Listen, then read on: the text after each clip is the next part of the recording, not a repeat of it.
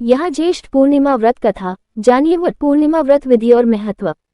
ज्येष्ठ पूर्णिमा, जिसे वट पूर्णिमा भी कहा जाता है, विवाहित महिलाओं द्वारा अपने पति की लंबी उम्र के लिए मनाया जाता है। इस दिन सावित्री सत्यवान की कथा का पाठ किया जाता है।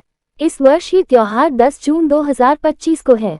यह ज्येष्ठ पूर्णिमा व्रत कथा। जानिए वट पूर्णिमा व्रत विधि और महत्व।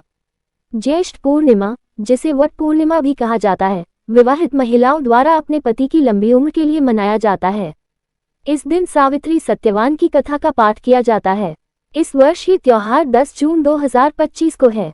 ज्येष्ठ पूर्णिमा व्रत कथा। ज्येष्ठ पूर्णिमा, जिसे वट पूर्णिमा भी कहा जाता है, ज्येष्ठ के चंद्र महीने में पूर्णिमा का दिन है, जो परिवार की दीर्घायु, पूर्वजों की याद और भगवान विष्णु और देवी लक्ष्मी की पूजा के लिए समर्पित है। विवाहित महिलाएं अक्सर अपने पति की सलामती के लिए व्रत रखती हैं और बरगद के पेड़ के नीचे विशेष अनुष्ठान करती हैं।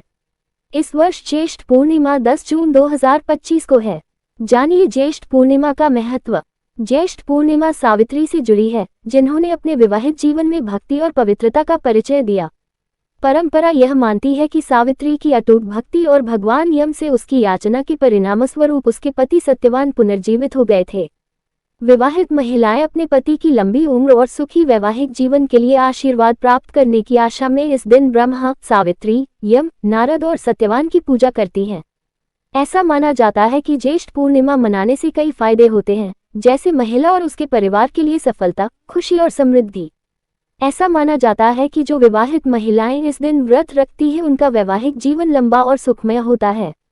माना जाता है कि शुभ होने के अलावा गंगा में पवित्र स्नान करना शारीरिक और मानसिक दोनों तरह से स्वस्थता प्रदान करता है और इच्छाओं को पूरा करता है।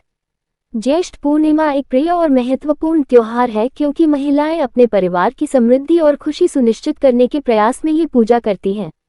ज्येष्ठ मास की पूर्णिमा को वट पूर्णिमा या ज्येष्ठ पूर्णिमा कहा जाता है।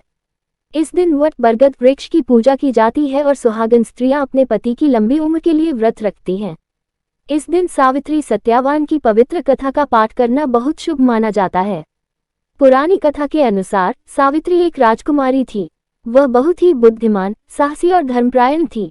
उसने तपस्वी जीवन जीने वाले सत्यवान को अपना पति चुना, लेकिन नारद मुनि ने सावित्री को बताया कि सत्यवान अल्पायु है और 1 साल के भीतर उसकी मृत्यु हो जाएगी। फिर भी सावित्री अपने निर्णय पर अडिग रही और सत्यवान से विवाह कर लिया। सावित्री ने अपने पति के साथ वन में रहना शुरू किया। जब मृत्यु का दिन आया, सत्यवान लकड़ी काटने के लिए जंगल गया और वहीं गिर पड़ा। यमराज उसकी आत्मा लेने आए, लेकिन सावित्री ने यमराज का पीछा किया और उनसे धर्म की बातें करते हुए उनका दिल जीत लिया। यमराज ने उसकी भक्ति और पति के प्रति प्रेम को देखकर उसे 3 वरदान मांगने को कहा। सावित्री ने पहले अपने ससुर का खोया हुआ राज्य वापस मांगा, दूसरा 100 पुत्रों का वर मांगा और तीसरे वरदान में सत्यवान का जीवन मांगा। यमराज वचन से बंधे थे, इसलिए उन्होंने सत्यवान को जीवनदान दे दिया। इस तरह सावित्री की बुद्धिमत्ता, प्रेम और तप से सत्यवान को नया जीवन मिला।